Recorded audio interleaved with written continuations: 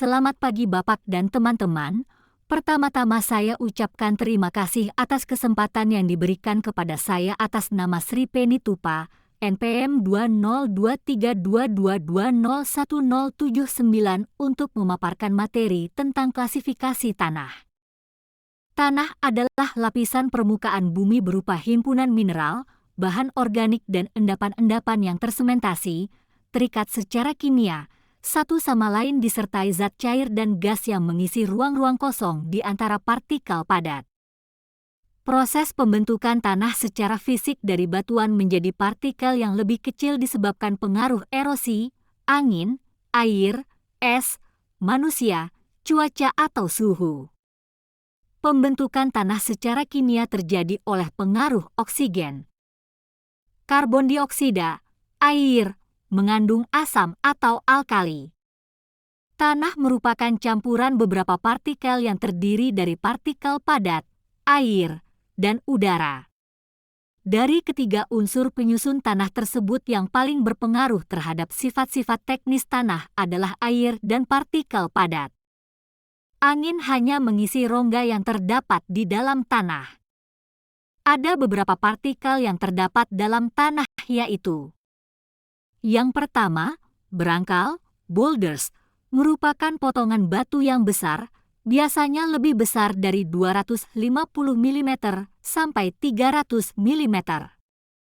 Untuk kisaran antara 150 mm sampai 250 mm, fragmen batuan ini disebut kerakal, cobles.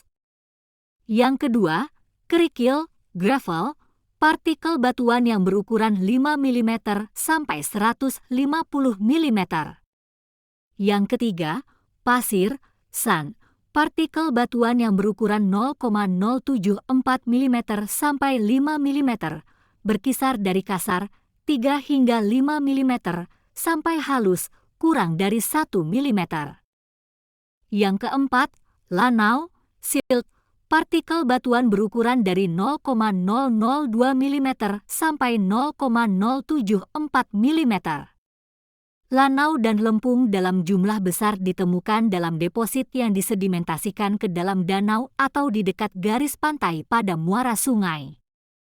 Yang kelima, lempung, clay, partikel mineral yang berukuran lebih kecil dari 0,002 mm. Partikel-partikel ini merupakan sumber utama dari kohesi pada tanah yang kohesif. Yang keenam, koloid, colloids, partikel mineral yang diam yang berukuran lebih kecil dari 0,001 mm. Jenis-jenis tanah, menurut Suprapto Harjo, 1976, secara umum tanah dapat dikelompokkan dalam beberapa jenis, yaitu: yang pertama, tanah humus adalah tanah yang sangat subur terbentuk dari lapukan daun dan batang pohon di hutan hujan tropis yang lebat. Yang kedua, tanah pasir adalah tanah yang bersifat kurang baik bagi pertanian yang terbentuk dari batuan beku serta batuan sedimen yang memiliki butir kasar dan berkerikil. Yang ketiga, tanah aluvial endapan adalah tanah yang dibentuk dari lumpur sungai yang mengendap di dataran rendah yang memiliki sifat tanah yang subur dan cocok untuk lahan pertanian.